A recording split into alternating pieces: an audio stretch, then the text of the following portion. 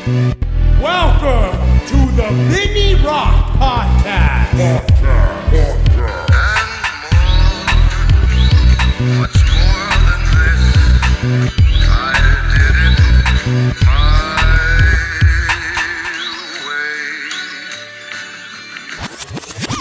Hey, what's up, guys? You guys know that this show wouldn't be possible if it wasn't for our sponsors. I'm just going to give a couple highlights right here. I know I'm going to miss a few because this is something new, but eventually I'm going to have more organization. I'll be able to hit all the key points. But right now, first off the top of my head, we're going to say Leadsinger's Whiskey. Leadsinger's Whiskey. Obviously, we have a bourbon. We have a rye, a spice or cinnamon whiskey, right? Yeah, I call it a cinnamon. Yeah, and a spiced rum. So those are amazing. Find them in a place near you. If you cannot find the Unicorn of Whiskey, please go ahead and contact one of the social media pages, Facebook, Instagram, whatever, and we'll tell you what states we do have it in currently. There's a few surprises. We have a few big states that we just signed, so I'm pretty excited about that. Another one of our sponsors, and I'm proud to be an owner of this, is Warfighter Tobacco. Warfighter Tobacco is a brand that started no more than about a year ago and actually took off from the Drinker Bros podcast and now is continuing on to jump on with this podcast. Obviously because I am one of the shareholders. But some exciting news in the Warfighter Tobacco world. We have partnered up with a big company. Plasencia Cigars is the ones that are making ours now. They are producing them for us. The quality of them has just shot through the roof. They're a Nicaragua brand now, and it's an exciting new thing. I think if you guys have had them before and you love them, you're gonna freaking die for these now. Go check out warfightertobacco.com, Warfighter Tobacco on Instagram and Facebook. Give them a follow and check them out. Another one of our sponsors, you already know, Steel. This is one of our big sponsors that jumped on board and helped us out really early on. And that is not to be confused with Warfighter Tobacco, but this is Warfighter Hemp. Yes. If you're tired of the opiates and the zombie apocalypse, the zombie dope, or PTSD symptoms, the CBD oil. The CBD oil is kind of the way to go for. There's no psychedelic effect. There's no involvement with psychedelic effects or anything like that. And am I correct? This is legal in every state? Yes, it is legal. Yeah, so this is one of the things. This is something that Boone is a big advocate for. This is CBD oils. This is supposed to be. I haven't tried it yet personally. I need to jump on board, but I'm not sure if I'm allowed to yet or not. So I'm actually looking into that. Yeah, and I think I am. Even though I'm military, I think I'm still allowed to. You use still got CBD. that stigma of it, right? I'm nervous, right? Yeah. Like, all of a sudden but let me double check on that for you guys before you do. If you're military, anyone else, go ahead and check it out. This is Warfighter Hemp. What's the promo code for Warfighter Hemp? The promo code for Warfighter Hemp is Vinny. VINNY. It's it. That's Vinny. it. Just Vinny. Promo code is You're Vinny. the man on that. Well, I like that. If you use Vinny as a promo code, you'll get a little bit of percentage off. Am I right? Yes, sir. You will get 10%. 10% off. And you guys use that code.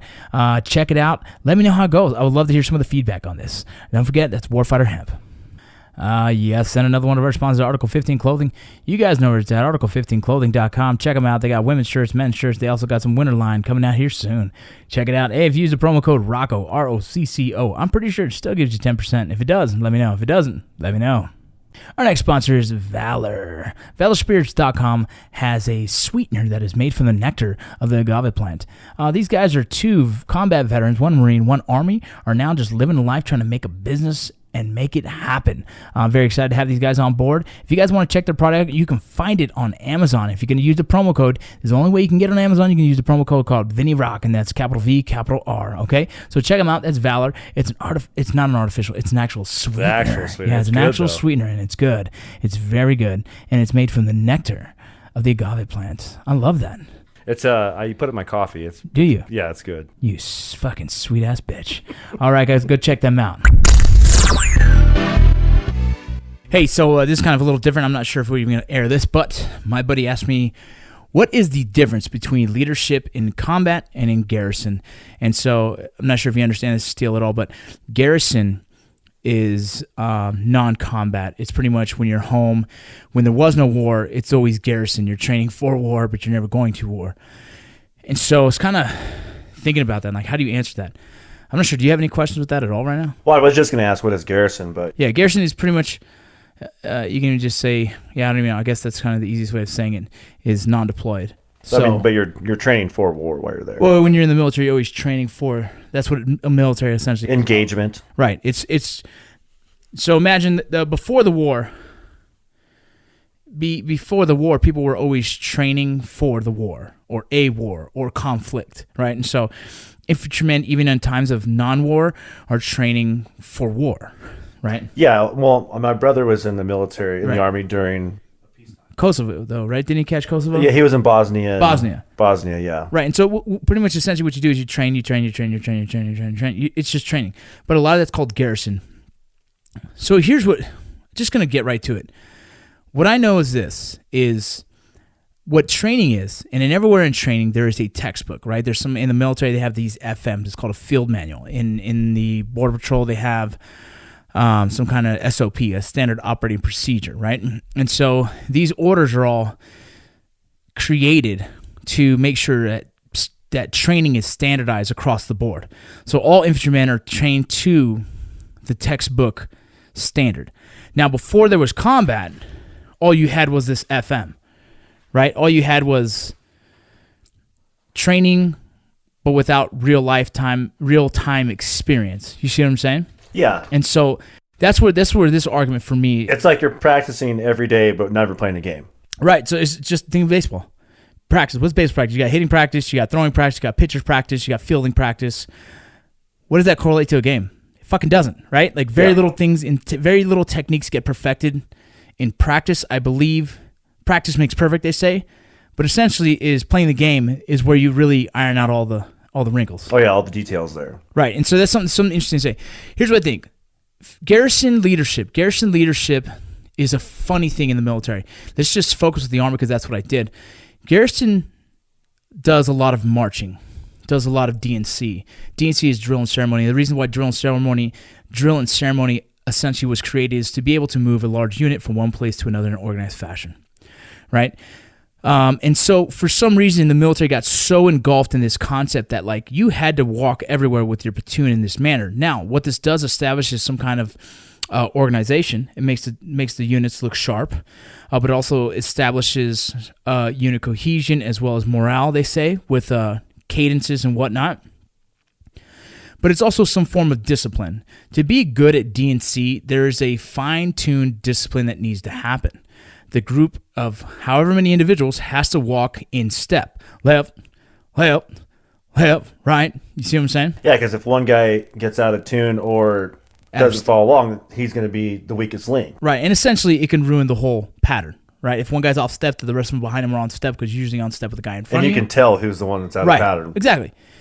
I guess that can correlate to combat. I guess you can say that if you can't follow the fine details of DNC, well, then there will be a difficulty of you following the instructions in combat, right?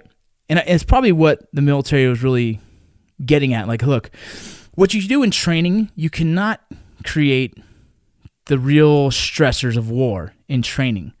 What you can do is stress them out by overweighing them, overloading them with too much weight on the rucksack, underfeeding them, and also under rest, like lack of sleep, if you will. And so those three things combined can be pretty stressful. They also do things like stress shoots. They also have some kind of FTXs, field training exercises. And so these are things that the Army has incorporated in during a garrison environment to help train the force for war. Okay. Right? And so here's my problem with that. And if you have any questions, go ahead, please. Well, I was going to ask you, like, so like a garrison leader, like your garrison sergeant or whatnot, I mean, would he necessarily correlate as a good sergeant in battle? Well, and vice versa? That's the question. I believe that good training stems from experienced people. Yeah. You see what I'm saying? Yeah, I mean, that's what makes sense. Right. And so like, let's just take it away from the military. Let's just go something else I have experience with. The Border Patrol. Pulling someone over. One of the things that the Border Patrol doesn't do very often, but it is one of our jobs. And when you pull someone over, it is a scary fucking thing to do, especially at night, right? We've seen all the videos. Yeah, I've seen cops for a long time. You're in the most compromised position. You're walking up on a guy. You can't see their hands. You can't see what's in their vehicle, especially if it's tinted, especially if you're pulling over someone you think is suspected for smuggling dope. Someone like that usually... And plus, if there's more than one person in the vehicle. Correct. And you're by yourself. Most of the time in the Border Patrol, you're pulling guys over by yourself, and hopefully you have a partner, or you're waiting on someone to come support you. So in this aspect, what do you do that's going to make it the most safe for you? Follow the book. That's what you think? Yeah. So I mean, you're training. You're training. I'm asking you. That's what I would think. Like, for me, follow your training. For me, I think an experienced guy understands that you have to think outside the box, and do whatever the fuck you feel is going to be that's going to be most safe for you personally. And I think that comes from experience, right? There's a thing in law enforcement called the articulable facts. And that is based on your experience and duration of a law enforcement officer. As a law enforcement officer, the things that you have seen are the articulable facts based on your experience is why you felt this situation needed this kind of apprehension or whatnot. Yeah, every situation is going to be different. Right. And years of being a law enforcement officer, you start gathering this kind of like understanding of situation a little bit better, situational awareness, I guess. You start feeling it, you start understanding it, you see key indicators that get you riled up. This is the same as in combat. In combat, you kind of are walking in, you have all these other aspects that you have in support from overhead security, say C-130 gunship, whatever the case. So let's say you're a new guy, like you're just got deployed, you're on your first mission, like you've been hiking for so many miles, or you don't know if an ambush is coming or not. No. But your more experienced officers and people who have been there are going to be kind of the ones that are going to go, right. So you know what those guys do? They train as per SOP. They train as for the standard operating procedure. So say patrolling is what this is called. Okay. You're walking, you're getting your sectors of fire, you're focusing on your sectors of fire because that's your job at the time in a squad or in a formation. You're making sure that if you see any kind of threats, you either call them out or do what you need to do, whether that is engage if there's a threat. You're doing things that you've learned textbook, right? Because of the lack of experience.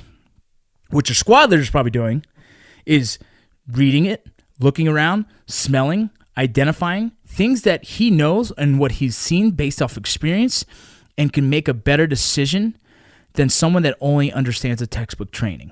You see what I'm saying? Yeah, I understand that. Yeah. And that's a big deal, right? Like I think that's the biggest thing that you want guys that have this kind of combat experience, because I think now those guys are not just going textbook, but they're able to, I guess, walk that gray line. There's a black and a white, right? There's the textbook answer, and then there's the let me think outside the box a little bit and do something slightly different. And usually those are the right answers in combat. Usually those are the right answers in anything. Mm-hmm. You know what I mean? Absolutely. Because you've had the years and years of extensive training, maybe you had 5 months of fucking some crazy-ass extensive training, but that 5 months has probably given you a 5-year advantage to people that have never experienced anything. Okay. You see what I'm saying? Yeah. Think about something like this. When I was in the prison, I got into a fight with an inmate. All right, we did a cell extraction. I went in. The first 2 guys slipped and fell. I got into a hand-to-hand confrontation with an inmate who was hitting me with a sock that had a broken piece of porcelain toilet. Okay, that doesn't feel good, I bet. Oh, it was actually, I didn't feel it at the time. Obviously, the adrenaline's kicking. I saw everything in slow motion. I grabbed him, started punching him, and I'm just thinking like, oh shit, time to survive, right? Because he was in there for murder. I knew the whole rap, whatever. But that right there, that little experience I had, I built off that. Like, don't get me wrong, I was scared as fuck. For about a month, I was having kind of a PTSD moments, right? I was really questioning going back to work. But when I did go back to work, I really built off the experience I learned there. What went wrong? What went right? You know, they call it in the Army, they call it an after-action review, an AAR, right? And so an after-action review is you're looking back at what just happened, reviewing it, and seeing what you could do better, what went wrong, why it went wrong, and how to make this whole scenario go smoother the next time. And this is in everything. We do this in baseball. Yeah. You're watching film. You're watching charts for pitchers, right? You're watching, what you should have done here. Right. We're talking about fighting the other. We're talking about boxing. You're watching tape of another fighter and what they do. What are they strong at? What are they weak at? This is all wargaming. What rounds are they good in? What right, rounds exactly. Yeah. So this is all wargaming. How do you get wargaming? Based off experience. You see what I'm saying? So do you think that military training kicked in during that extraction exercise from that cell? I think my combination of shit that I've been through in my life, whether it's training for a fight, whether it's doing combatives in the military, whether it's that fight or flight response that I've probably been so more accustomed to than other people because I've been more in those situations, whether it be combat or whatnot. You know, I think it's just my experience, my years and years of life experience has prepared me better for that than other people probably in that same space. They like say this guy fresh out of high school waits until he's 21 years old. I think goes into the prison system. Yeah, I think Joe Bonneau with no experience in fighting would have got his fucking ass handed to him, and he would have been another issue in the fucking in this cell. Well, let me ask you this question. I mean, military obviously, but it probably pertains more towards military, but also in general. Do you think leaders are actually born? They're not made. Ooh, good question. I've actually wondered about that myself. I can't say. I'll say this. Let's talk just personally, me. Yeah. I've found myself to be a great leader.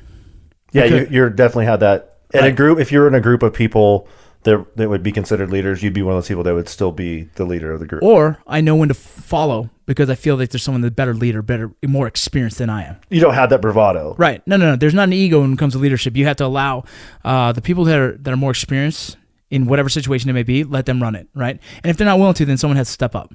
And when you're in charge, you need to be in charge.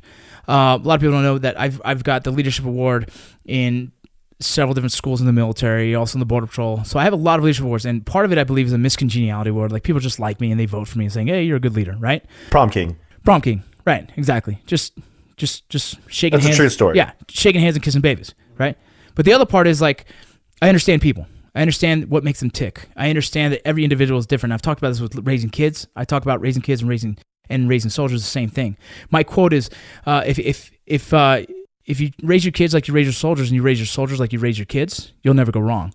Because it's all based leadership, I believe, is on love and affection and giving a shit. A good leader gives a shit. The old school leader that leads by being a tyrant is dead. It doesn't work. In my dad's generation, it did. Mm. And I think that's very common for a lot of the households and upbringing. A different mentality back then. Correct. Right. I think men had that machismo. The men were very masculine. Women were very feminine. There was no fucking in between. If a man showed weakness, he was a bitch. Yeah, he was a goner. Right. And he didn't survive in his group of friends. Well, let's put it like this. So if you take that kind of your leadership skills into Garrison, yeah, your soldiers aren't going to have that attitude of, oh, we're going to be going to a conflict, or if it's during peacetime. Right. So how do you keep them in tune? Like, it's the hardest part. That's Garrison leadership. You have to find what's going to motivate them and make training exciting, scary, fun again. You have to almost put them back in you have to make them create a war for them. Right? Okay. You have to create a war for them. Well, because you guys separate teams and yeah, you can do all kinds of shit. I think one of the most impactful training you can do is anything that stuns at pain response. Simunition rounds. If you're training a force with simunition rounds, nobody wants to get hurt. Now there's an actual cause and effect. If you fuck up during your training, you get fucking pelted with pain. That pain response trains better people, right? Yeah, yeah, exactly. That wouldn't be good. And so the idea for me is like, I think Garrison leadership without experience is weak. You see what I'm saying? Yeah, because you can have somebody leading a group that doesn't have right. But I think the fundamentals of leadership of leadership, all in all, there has to be a foundation that's built off of it. So they have a thing in the military they call the battle drills, right? And so let's just go off of one. It's going to be a battle drill, say flanking the enemy. Let's just say that. All right, this is something that is the same battle drill that has been written down and proven. The same battle drill that's been written down and proven since Vietnam. Oh, I was going to think like West Point. Let's go even further. Yeah, Civil War type. Let's go even style. further. I wouldn't say Civil War, but I'd say World War I, World War II. Yeah, right. These are some of the basic skill sets that an infantry platoon would understand. An enemy to the front, suppress the enemy, send out flanking element, bing bang boom. Right. It's kind of the basics of chess, like a basic chess maneuver. Right. Yeah. It's fucking. What's that game they play with war on the table? It's a big fucking. They roll Risk. Risk. It's something. You know what I mean? It's a game. There's a format that has been proven to work. Now, let's be honest. You think something that worked in not Civil War, but if you think something that worked in World War I, World War II, Vietnam is going to work necessarily in Iraq and Afghanistan? No, I mean, it's a total different. No, I think there's a foundation there, right? Yeah. There's definitely a foundation there that has to be set, but the experience has proven that there has to be change. We have to grow with the times. There's an evolution of combat. There's we have to evolve from the jungles of Vietnam to the deserts and mountainous terrains in Afghanistan.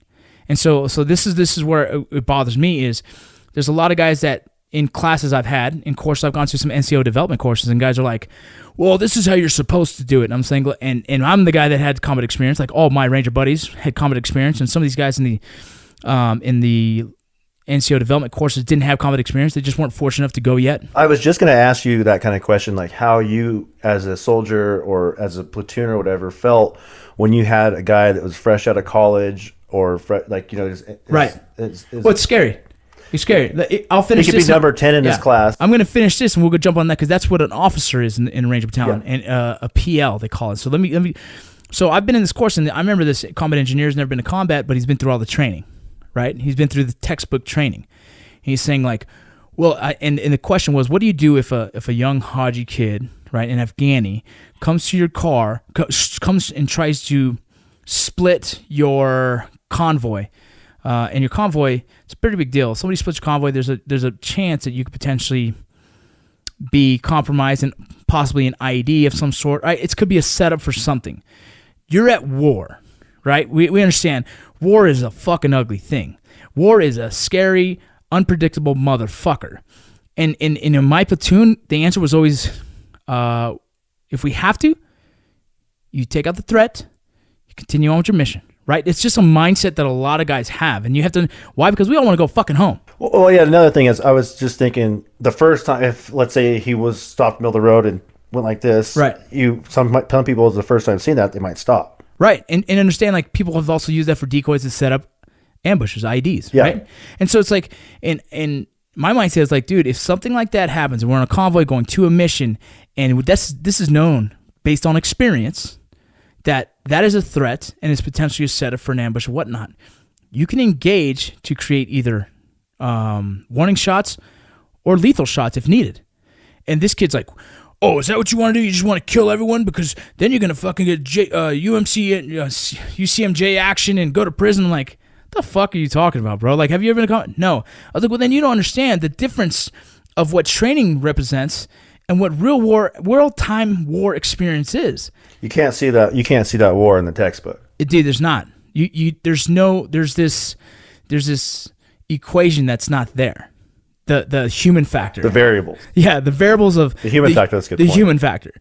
These motherfuckers do whatever the fuck they want because their war evolves as much as ours. Well, they don't have a textbook to go by like you guys. And they probably do, but you know what? They see what we do and they change theirs. They manipulate their movements to make it. Is a perfect example for this is war is always changing. Is when we started in the IEDs, we were stopping and doing this 5 and 5 and 5 or something like that. Like they call it something. There's a certain standard operating procedure for making sure you don't get blown up by an IED. Once they started seeing how we did that, then they started doing other things to capitalize on that. And so we go back and forth. It's just this crazy thing about war that is, like I said, the human factor. Everybody's going to war wants to try and win that fucking war. Everybody going to war has a belief system in why they're fighting this war. We have ours, they have theirs. They're going at an angle like they just want to survive and they want to destroy Americans, right? We're going at it as like we want to take out the terrorists. And protect America, right? And so, like, we have our belief system. So we're fighting a war at best of our abilities. They're doing theirs. And with that, the human factor makes things change in leadership. You have to be a leader that's willing to adapt with the time. You have to be a leader that's willing to look at the textbook, say, this is what it says, but this is not what we need now. We need to do this. These textbooks are just, in my opinion, an outline for this is where we start. Now, let me gameplay and warplay for the area that we're in. They call it METTC. It's the environments, the mission, the mission, what is it? METTC is like mission, enemy, time, terrain, like the environment around us as the METTC changes, so does my standard operating procedure. So does my fundamentals of what an infantryman is supposed to do. Would you take it kind of in the sense where it's like I know you're not much of a football follower, but you've played the sport. Yeah. You go into a game with a game plan. Yeah. And depending on how, like with an offense, and depending on how that defense reacts, you might have to change it. Or so there's a quote they say, all plans fail upon first contact with the enemy. Right? And they say this because that same exact, like, that human factor of one, the sphincter, right? You get scared as fuck and everyone starts to react. But in a trained platoon, and I'm going to say just because out of respect to my fellow 75th Ranger Regiment guys who are highly trained and very well experienced, many years of going overseas and direct action, that those guys are trained to a point where when the contact of the enemy happens, our battle drills that we have tweaked slightly for the environment that we're in now, we do it, and we do it well. And there's that whole well-trained soldiers will do what their leaders have them do, tell them to do, or train them to do. And so that's where it kind of takes over. I've seen this happen. I've also seen a private kind of stop and stutter and kind of wait, and you have to boom, shake them and get them going. But I've seen good guys do exactly what the squad leader says, because that's how it's trained in Ranger Battalion. I can't speak for other units. I know that if someone is drilled and drilled and drilled and drilled and drilled, what does Ranger Battalion do? You know, we do all kinds of different training, from live fire training to regular training, blah, blah, blah, blah, blah, from walkthrough drills. You know, we do shadows. We do all kinds of stuff. You do everything you can to hit every single angle of the stress factor that a soldier, brand new soldier, is going to see in combat, and make sure that when that happens and he shuts it down and doesn't know what to fucking do, he remembers, do what my team leader says, shoot what my team leader shoots, go where my team leader goes. And that's all you really need, right? But that's based off proper training and based off garrison training, slightly manipulated for the time and location that you're in. It's crazy. Yeah, I mean, that's, well, because if you're at garrison training, if you make a mistake, do they tap you on the shoulder, like, what are you, or not tap you on the shoulder, but yell at you or whatever they do, but like, hey, you're down. You just got yourself, you got your leg shot. Yeah, you just got yourself killed, right, or whatever, and really, or you just got part of your platoon killed, right? And what's the threat on that? Oh, I fucked up. That sucks. Like, you feel stupid. I mean, Ranger Battalion sometimes a little bit more harsh on the guys, which I believe that's why there's such a well trained unit. We get fucked up, we get smoked, you get dusted off a little bit. You know, they make you sweat. You know, and there's a pain factor there, right? But I think the best way of training a guy is actually putting him through it. I mean, what's the scariest thing you could ever think of when you've never shot a live round in your life, and now you're going and entering clean rooms with live rounds? Getting shot or shooting somebody else? No, I'm talking training. Training. That would be the thing. Yeah, that's the fear of, like, oh my God, don't shoot myself, like, don't shoot someone else. Clearing a room, like if you were to take me, never been trained in the military like that, and you're like, all right, you're gonna go with these guys live rounds, like, whoa. Yeah, your fear is like, what the hell? I don't want to hurt my buddy. Yeah. Scary. But that's a good factor to give them, right? That's to try and get them comfortable with having live rounds. Because you know what? You're going overseas, you can have live rounds, bro. You know what I'm saying? And so that's part of the desensitization that we try and do in difficult and hard training. You know what I mean? And I think it's interesting. And you were saying earlier, I want to talk on this. How do you feel about guys who just got out of the military, just got out of the college and have zero experience with combat, but they're 100% textbook? That's a scary thing. But when they get in there, what they have, what's the course they have to go through? They have to go through so the officers, training, OTC? Yeah, they go OTC, something like that. They go some kind of officer candidate school. OTS, I think. OCS. There we go. Yeah. We got it. So officer candidate school, they go there and they do their training. But again, that's textbook type training, right? And it's probably trained by badass infantry dudes that have a lot of experience and probably kind of push them to the limits and push them outside of the normal fucking 7-8 type training. 7-8 being the infantry kind of model, the older infantry model of battle drills. And so I think they probably get some pretty good training, but it's still not enough. You think that guy who's done fucking just textbook training is ready to go to combat and lead a fucking a platoon of badass fucking Army Rangers who've been there, mind you, 3, 4, 5 times more than them? No, most of those officers are fucking respectable and understand, like, yo, I'm here, I'm well trained in my job. I know you guys know your job. I'll do mine, you do yours. And that's why they work hand in hand with the platoon sergeant who usually has years of experience. Well, how often, so those guys that come out of college and they're officers now, like how often are they actually in the battlefield and see that fire? So your PL is your platoon leader. He's on the objective with you. He's hands-on going. So his first mission could be a lot of the same as the privates. Their first 100%. Mission as well. So, I mean, right, but what you're hoping, though, is that gentleman has a little bit more life experience and maturity. But these days it's different. I've gotten privates that have bachelor's degrees decide they want to go enlisted instead of you know see what I'm saying? Yeah. Guys like there's guys out there that decide to go that route instead because they want to just be enlisted. Starting from the bottom and work because they can still work their way. Yeah, eventually they go and they can go green and gold, blah blah blah, all these other things. But so back on point, yeah, that's a weird one. But you know what? I can just speak from my experience. I've had some PLs that have very little experience. Jump into Ranger Battalion, not jump in, but actually get into Ranger Battalion, understand their place, and be very, very successful in some serious missions. And so there's a lot to that. There's good training, proper training, as well as humble. They allow the platoon sergeant that is in charge of that platoon as well do his job. They don't learn from everybody above them. They learn from they do. And you kind of have to. If you want to advance in a Ranger Battalion, you really have to fit in and know your place and learn from experience. And you get plenty of it in Ranger Battalion. You know, they get plenty of it real fast. And so, well, I mean, you like anything, I'm sure in life, it doesn't matter what job you're working or what school you're going to, you're going to run into good bosses or bad bosses, good teachers, bad teachers. Correct. So I'm everywhere, right? It has to apply with the military. Right. When it comes to the Ranger Battalion, because it's a little bit of a different beast. If you suck, you're gone. Yeah. Oh yeah. You can just kick you out. You're done with lot. You're done here. Well, all those officers have Ranger tabs already, so they've been through at least a stressful side of things, and mentally they're tough enough to handle some serious shit. Right? Yeah. It's not the hardest school in the world, but it is pretty tough. So let's just go back. Let's just start here and let me just finish this. It's I think the difference between leaders in training and in combat, I think the leadership in training needs to train the force.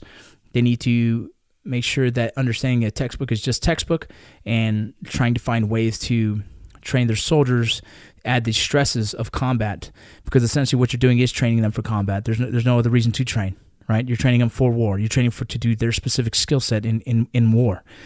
And so if that's the case, you should be providing training that can closely replicate a combat stress.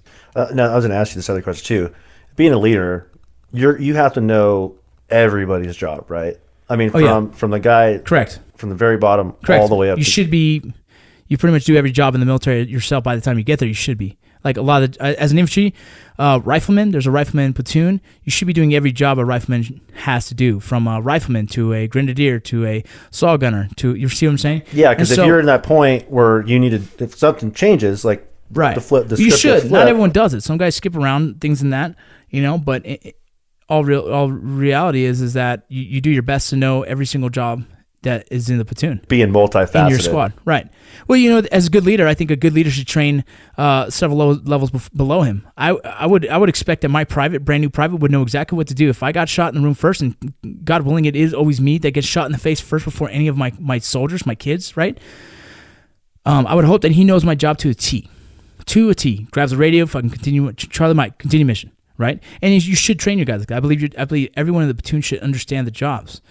All the jobs, how to fill a radio, how to do your medical, how to load and unload a freaking automatic rifle, things like that. Yeah, because you never know what's going to come up. Right.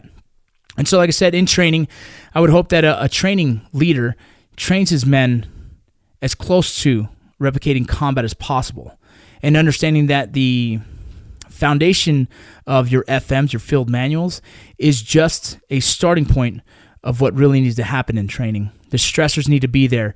The hard things in combat need to be there.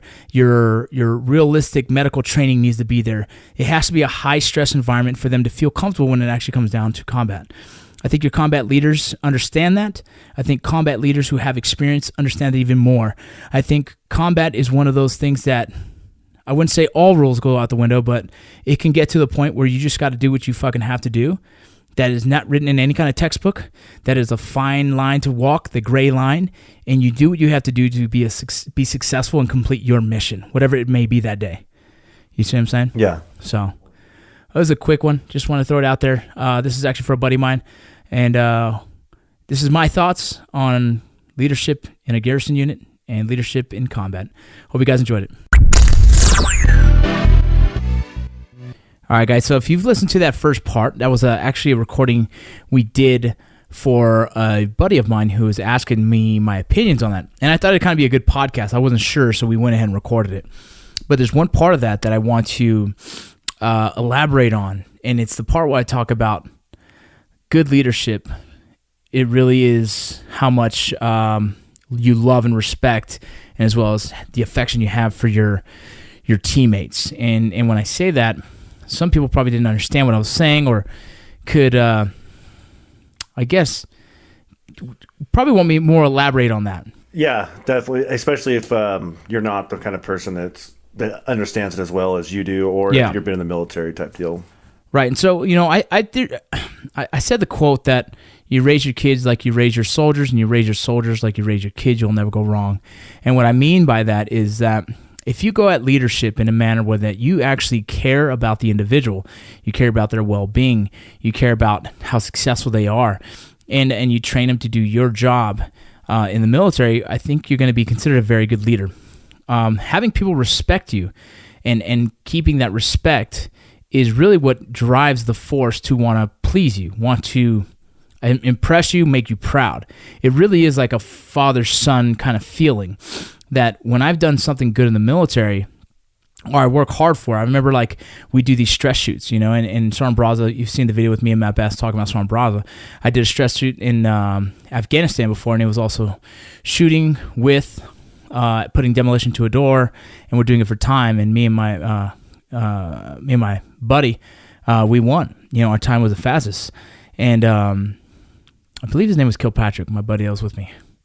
No, damn it. Caparis. His name is Caparis. You'll find it. Yeah, but me and him went at it, dude, and we fucking ran, we shot, we hit the targets we wanted to, we set up the charge and everything. And I remember him saying like, damn, Vargas, good job, you know, and I couldn't be more proud. The whole time we were working hard to please him. He's kind of the guy we looked up to, the one who trained us, in essence, our father figure. And so I took from that as like, man, that's good leadership. You want your subordinates to respect you to the fact where they don't want to let you down, right? It's one of those things like, you know, if you tell your dad, like, your dad says, you know what, son, you let me down today. Yeah, they just give you that look and be like, I'm not mad, I'm just disappointed. Right. That hurts. Yeah. That cuts deep, right? And that's the kind of relationship that you should be having with your subordinates. And so let me get a little bit more into that, is that you should be, just like you treat your kids, you love your soldiers, you love your kids, you know? And I use that reference because it's very similar. I think a father is essentially a leader. A father is raising the future leaders. Those kids are going to see how you've leaded them, and they're going to use that as an example of how they want to lead their kids, how they want to raise their kids. And so when I say that, it's I am very much so a very similar cookie cutter cutout of what my father and how he raised me. There's things about how he raised me that I probably didn't agree with, and so I backed off of, or I didn't do, or I don't use. Or you didn't understand at the time. Correct. Oh, there's so much that I didn't understand, and I couldn't stand. Like, I was like, what the fuck, dude? Like, I don't understand, right? Why is like, he riding me about right, this? Well, my dad riding me so fucking hard, right? But then as I had kids, I was like, oh, dude, I get it. It's because you give a fuck. Did your dad used to say that when you were younger? Be like, wait, one of these days when you have kids, you'll understand. No, me and my dad communication was different, right? You know what I mean? Like, it just wasn't that. But I get it now. Like, there's no words need to be said. I just understand, right? And I get it. And he never have to go to him and tell him like, hey, Dad, now I get it. You know, he's just like, he knows I know. He sees it. But with that being said, is the, you know, there's things that he did do as a father that I try and emulate, or I try and copy, or I try and be like, you know, and just hope to be close to what he did. Because I think the way my father raised me, yes, was hard. Yes, we were very disciplined. Yes, we're always punctual. You know, all these things that are huge, important factors in life now. I think I have manners because of the fact if you didn't have manners, I mean, dude, Pops would put the hand down. You're getting touched up a little bit. Yeah, exactly. You know, so that's the kind of the thing. You know, I was trained to fight. I was trained to stand up for my sister. I had a twin sister growing up, and I distinctly remember like, hey, you don't let no boy put hands on her. And if you don't want to handle it, I'll handle it. And I know what him handling means. Like, he's gonna go handle that and then handle me, right? Because you just got to do the right thing, right? Take care of your family. I remember years I would be, I'd be going to school knowing that like if someone picked up my sister, I'd go up and just punch him in the face because I was more scared of if I didn't do that, I'd have to hear it from my dad, and I'd disappoint him essentially because I didn't do what I was supposed to do, as do right by the family. So your dad was basically your first leader. 100%. You know, I've taken a lot, and it's what you continue to do throughout the years. I have gotten a lot of the leadership techniques that I like, that I use, and I keep them close heart, and I try and emulate those.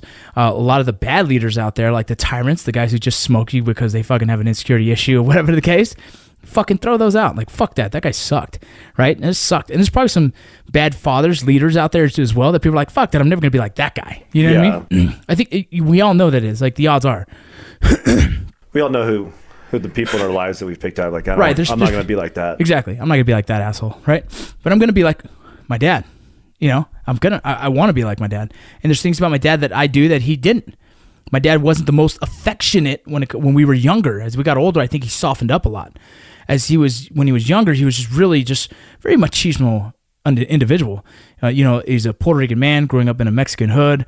Just that very Latino bravado was common.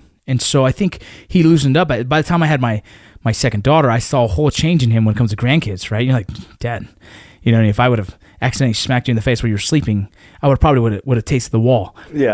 Right? Exactly. Right, but then you see my daughter learning to walk, slaps him while she's learning to walk because he's sleeping right in the face. He just looks up with his lip. I tell you, he gives a lip, and then he just kind of smiles like, come here. And I'm like, what the fuck, dude? I would have caught a 2-piece with that one. In all honesty, like, he wasn't going to freaking 2-piece me, but it's a big difference, right? And the way I am, I think I was more affectionate at a younger age. I was more willing to express my emotions at a younger age, and that's just based on culture. It's based on just my own personality. I'm not going to be 100% like my dad, right? I'm just built different, made different. My mom had a big piece in that as well, you know? And so with that's good leaders are pulling from great leaders that they knew, right? As well as kids. Our kids are going to learn from our parenting skills, right? Some of you guys don't have fathers. Some of them don't have mothers. Whatever the case it is, you know, my kids right now are pulling a lot from me, who scares me at times because I'm kind of more of an aggressive type father. You know, I demand respect. I demand discipline. I demand manners, right? At the same time, I demand they're a fight culture family. We all learn how to train. We all learn how to throw the 1-2 punch. We know how to, you know, we put them involved in sports, but at a high caliber level.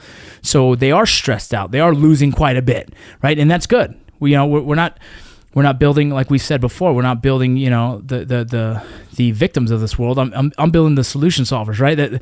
The protectors. There's no participation trophies in this house. No. You lose. Yeah. Every video game that I've ever played with them, if they beat me, they beat me. But I'm not going to let them beat me. Like, I don't play that shit. Right? Yeah, it's like the dad that plays basketball with his kid. He's never going to let his kid beat him. I'll slam dunk on him. When his kid finally does beat him, then he earned it. Yeah, he earned it. He earned it all those years. You know why? Because he's out there every other day practicing harder. I'm going to be dad. Going to be dead. You set a goal for them. You've given him a challenge, and if he gives up, make him go out there and do it again. Like, you don't let them give up. That's what a good leader does, though. He drives his soldiers to train harder. He challenges them. He wants them to be better than him. He won't say that necessarily, but you're training the force to be better than you. I want everyone in my squad to know my job. And when I say that, I'll explain to you earlier today about, like, there's very, very serious similarities of raising a soldier and raising a son or a daughter. Think about clearing a room in combat. It's probably one of the most scariest things. It's the questionable, am I going to get shot in the face this time? And every time I came up to a breach point, or I had the ability to be the first man at the door, I chose that.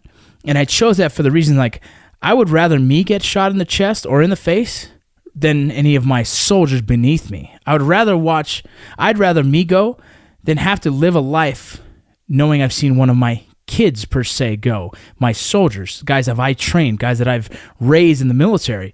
And so I'd rather be first. And I do that because personally I just think it's right. I also have more experience. I feel like I'll be able to handle the experience more. It's just personally what I like to do. Not the SOP doesn't say that. The standard operating procedures for entering and clearing a room is not that, right? The actual numbers are 1 and 2 man are usually the two that get shot first. And that's why I'm like, well, then I'm okay with that. Yeah. Well, you use the analogy, too, of the boogeyman for the kids. Exactly. That's exactly what behind that door is a boogeyman, right, for my soldiers. In the same aspect, flip it around, and you're at home, and your son says, Dad, I think I have a monster under my bed or a boogeyman. You know what I mean? Like, well, think about it. All you fathers out there, do you tell your son, okay, well, go in first. If it's clear, then I'll go next. Fuck no. Fuck no. You say, all right, son, don't worry. Come with me. Let me show you that there's no fucking boogeyman. Let me show you that it's not fucking scary to go in your room. Come in here. Follow me. Dude, follow me. That is a huge thing in the infantry. Like, dude, lead by example. Lead from the front. Hey, son, watch this. I'm going to turn on the light. I'm going to look under your bed. I'm going to look under the sheets. I'm going to go through the closet. But you know what I did? I went first. I was instilling the trust in my son that I'm willing to put myself at harm's way for your trust, to show you that's how much I love you. That's how much I give a fuck about your feelings. And I say feelings, but like really, I just your well-being. You know, I want my sons, I want my daughters to understand that. Like, oh man, I might be an asshole. I might yell at you when you do shit wrong. But in the end, I'm going to die for you. Like, you know what I'm saying? Like, you're doing it for a reason. Right, exactly. I'm trying to raise solid individuals for our country's sake, right? But just for knowing how fucking hard life is. You know, I'm trying to raise them with the tools they need to be successful. and it's part of it is being a good leader by example, right? A lot of my kids are probably gonna look and be like, Dad was badass. I want to be kind of like that, and I'm gonna say, well, you don't need to be me. You just need to be your own version of a badass, right? And that's the same as your soldiers. The soldiers gonna be like, man, Sergeant Vargas, I want to be like you. I want to be all the tabs. Like, you don't have to be me. You just have to be great at what you do, whatever you choose. You don't have to be an infantryman to be great. Be great in the right situation. Exactly. Follow your leaders, learn from them, grow from them, and find your own leadership styles, right? That's why I say raise your kids like you raise your soldiers, and you raise your soldiers like you raise your kids. It's the same exact thing. If you give a fuck, you're going to make all the right decisions to make sure that they're safe, that they're well taken care of, that they have enough sleep. And if you don't see it like that, well, then you're fucking up leadership already, right? And that's just the facts. And if you're not raising your kids that way, well, then you're fucking up being a father already, right? I'm just going to let you know right now. Yeah, if your kids are not like the first fucking foremost thing in your fucking mind at all times, why do I work my ass off? I tell you all the time, why? For them. Want to put food on the plate on the table. I'm going to put food in their mouth. I'm going to give them opportunity. The more I work, the more money I could potentially create. And when I create that, all that does is create opportunities for them. My daughter wants to do, I don't know, dancing. There you go. That shit ain't cheap. One of my daughters goes to private school. Next year, I'm going to try and get them all in private school. It's not cheap. That's going to be a bill right there. Yeah, but you know what that is? It's giving them a better opportunity, a better school. It's considered the number one school here in Salt Lake. It's rated a 10. Fuck, I didn't go to a 10, bro. I didn't even read out of high school. You know what I'm saying? I don't even know what my school was. I don't even know what my school was just barely surviving. You know what I'm saying? My school was gang infested and we were terrible at sports. Did you have metal detectors at your school? We didn't. I think it was around the time they started trying to do a metal detector. They had metal detectors where they would come up and search things, but you wouldn't have to walk through a metal detector. And so it was kind of early on in the stage where they started doing that a little later on. Security cameras and all that kind of stuff. There wasn't security cameras either. It was just a bunch of punks. I think all that started like after the whole. Yeah, we had campus police and all that shit. Yeah. But like we were saying, I think leadership is important. I think leadership is very similar to raising kids. You're essentially raising someone's. You're raising someone in the space to try and make them better at their job, try and make them good soldiers, trying to make them smart soldiers, trying to have them grow and be better than you are in the future. And that's the same as what we do as fathers. It's just so similar. So if you're having questions about being a good leader, I think just questions your abilities of being a good father. And it's very similar. If you can raise your kids that way, you should be able to raise your soldiers that way. Raise them where they have a respect. There's a I call it what is it called? There's a like a respect. There's a bar. This God respect level or kind of yeah. But it's imagine. I was saying it one day. God damn, I'm trying to think of it. But imagine if you have like an imaginary bar at the top of your head, right? And it's just this bar. It's this bar of respect, right? It's the baseline of who you are. I walk into a room, no one knows who the fuck I am, but they look at me, right? And right away they're going to judge me because that's just normal. What we all fucking do. We size everyone up. And if I go in there as the military guy and I have my uniform and I have all this fucking patches and bells and whistles, right away people are going to just respect the fact that the dude walks in the door has the situation going on in his uniform. So the bar is set high, right? My baseline is up here. As soon as I open my mouth, that fucking bar drops, right? And if you say something... Potentially. Yeah, potentially. Because as soon as you say something fucking stupid where they don't respect you, boom, and you're never gaining that back. If you lose inches on that bar, you'll never get that back. You just, but there's a respectable level of, you can give get and take. Yeah, you can give and take. You can get away with this, right? I can get away with a few inches fucked up, right? Because I'm not the perfect motherfucker.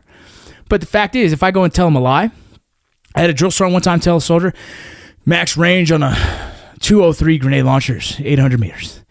And I mean, obviously, you probably don't know this, but it's that seems pretty long distance. Pretty fucking ridiculous. Yeah. If I aim that thing with a high wind, I'd probably get it 400, maybe.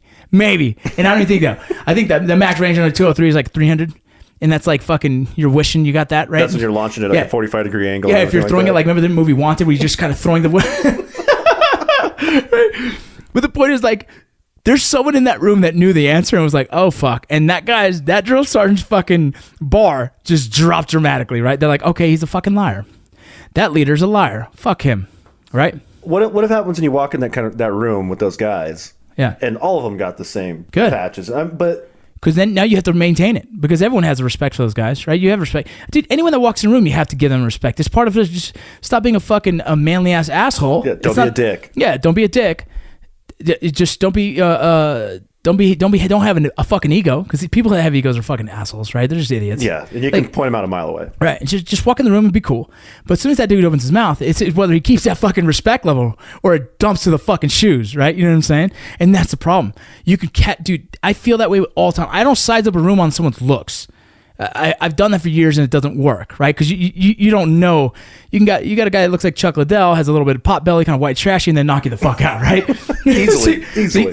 So you don't judge a book by its cover for sure these days. I mean, right away I look for the ears. Like, do they have cauliflower? Okay, I'm not fucking with that guy. I'm not going to the ground with him. But the point is, like, it's not about that. It's about as soon as the guy opens his fucking mouth. As soon as they open their mouth, you can see insecurities. You can see all the fucking little issues. You can see if they're a liar or they're honest. People that are brutally honest, I think that they have none to hide. And that's I mean, everyone has fucking skeletons in their closet, whatnot. But like, if you could just be honest, like, fuck, isn't that a relieving thing to have? Like, someone that's just like, yeah. Yeah, even if somebody told you the truth and it affects you a little bit. Like, whoa. Yeah, you're still gonna go, well, at least they told me the truth. They weren't sugarcoating shit for me. And that's the thing. That's what a good leader is. I think a good leader is gonna be completely honest. Same as a good father. I do lie about a few things to my kids. Yeah, I hold on to the Christmas dream as much as possible. I was just going to ask you that question. I was like, I'm not going to bring it up in case they listen to this later. They better not listen. I hold on. I know. Imagine that's your father. Imagine I fucked that up. They're not going to listen to this. So if you guys got young kids that are trying to listen to this, I don't recommend it. First of all, because I cuss way too goddamn much. But I lie to them about the Christmas. Yeah, dude. I enjoy the fun of that, the innocence of it. It's cool, right? They believe that Santa writes Santa letters. You know, a lot of their presents come from Santa. Even my oldest one, she knows. That's from Santa. It's just part of like our family thing. It's fun, right? The Easter Bunny, I don't bullshit that one, because that's just, come on. Tooth Fairy? That's full. Tooth Fairy for a long time, and then I got lazy is what I did. I got lazy, and one time I couldn't even find the fucking tooth, and I just threw a $5 bill. My son's like, Dad, I got a tooth and a $5 bill. I'm like, fuck, what a shitty dad, right? Like, and I was like, maybe the Tooth Fairy has too many teeth right now. It's been under here for like a week. Yeah, exactly. So as soon as I started kind of fucking that up, I just quietly was like, my son rips his tooth out because he pulls them out himself. And I'm like, oh, cool, man. Go get $5 from the wallet, right? Because it just gets to a point where like, all right, let's just be real. Now, when the kids ask the serious questions, the hard questions, I tell them the truth, right? There's some things I just don't think are age appropriate. Like if my freaking 10-year-old right now asks about sex, I'd be like, whoa, because there's no way this kid is right now currently trying to have sex. There's no fucking way. Now, maybe. But not that boy, right? I think everyone is different. Everyone's maturity levels. My 10-year-old is not that kind of kid, so I wouldn't really get into the weeds with that, right? But I've gotten into it with my 14-year-old daughter, who at the time was probably 12, is what she started, going through her puberty and all that stuff. And I was like, hey, let's talk. And I just said it straight up, like, hey, here's the truth. Boys only want one thing, okay? What do you have that they want? It's sex. That's it, right? Because it's not like you have money. It's not like you have a fucking car.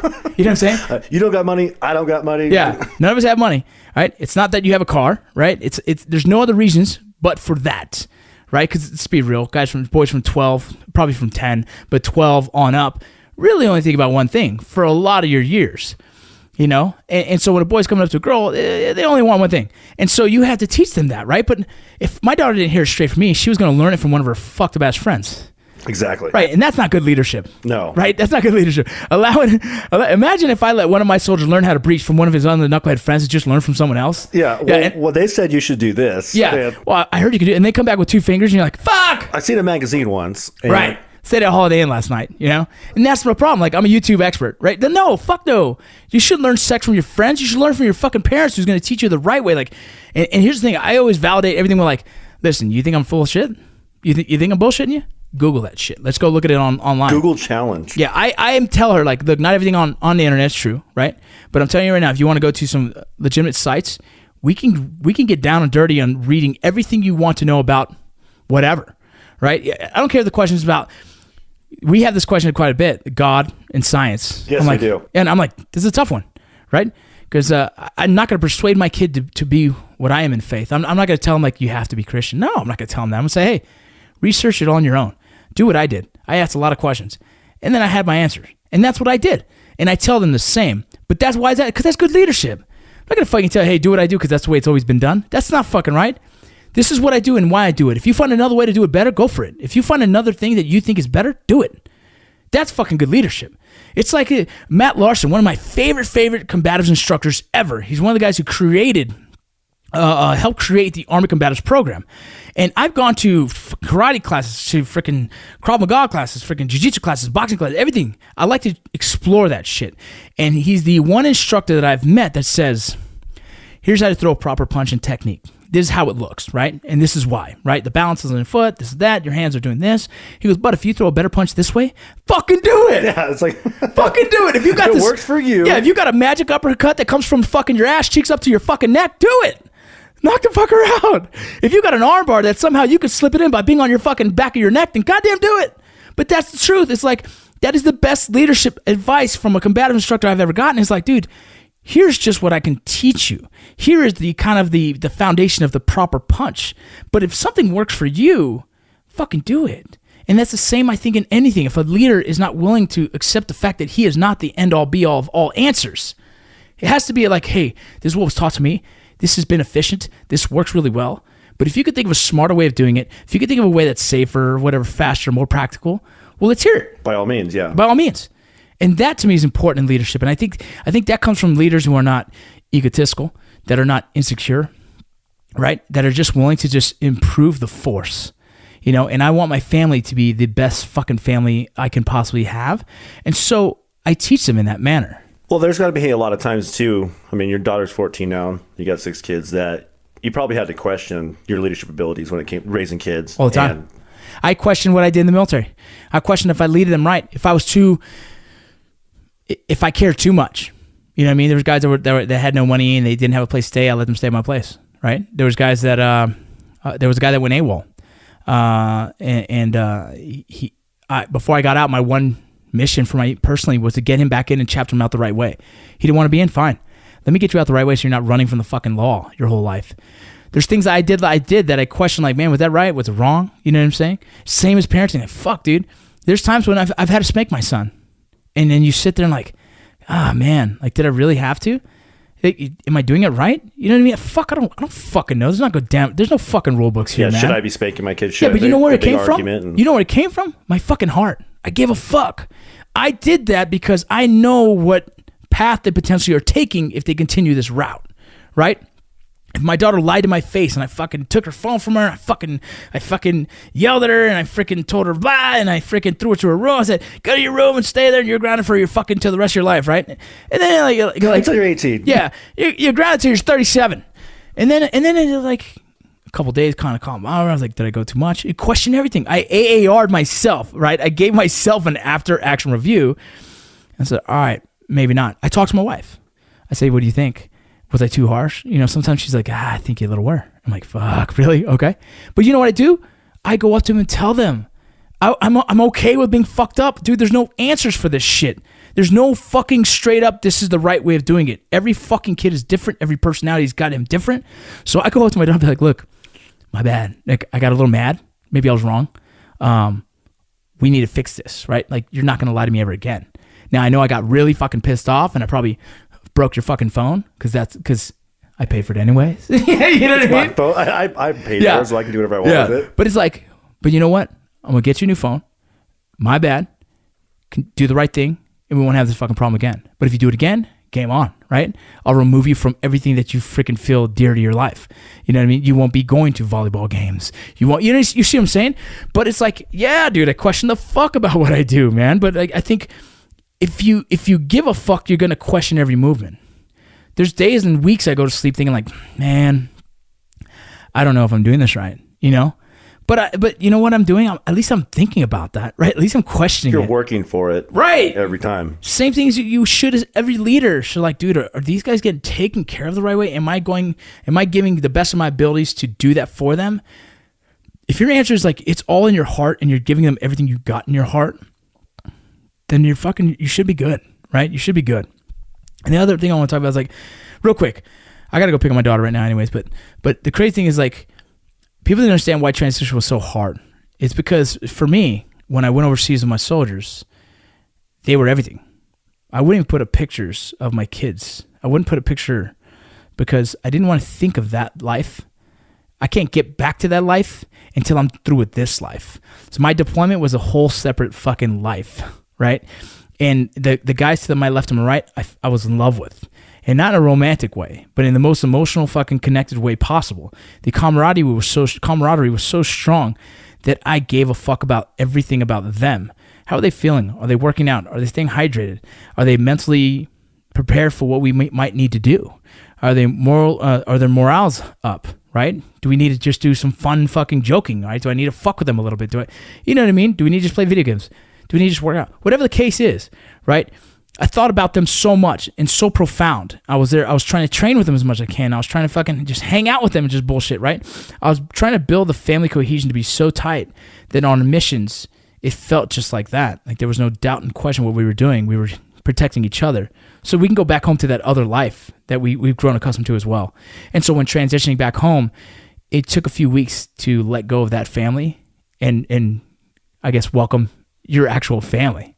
Your actual wife and kids. Well, were you excited to go home? But then when you got home, that was when you're kind of like, you miss everything. You miss a normal life. You miss waking up in your own bed, having fucking bacon and eggs at house, and you miss the taste of a good beer and watching a game. You miss the basic amenities of life that you're grown accustomed to. Your cell phone to be able to text and bullshit, call mom, home cooked meals, your kids laugh.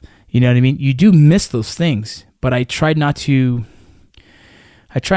dwell on that too often because of the fact like if I lost sight of what I was doing here, if I didn't stay focused, I felt like I could make mistakes. And this is how I am. I'm a competitive person. I'm competitive even at war. You know what I mean? And so that's how I thought.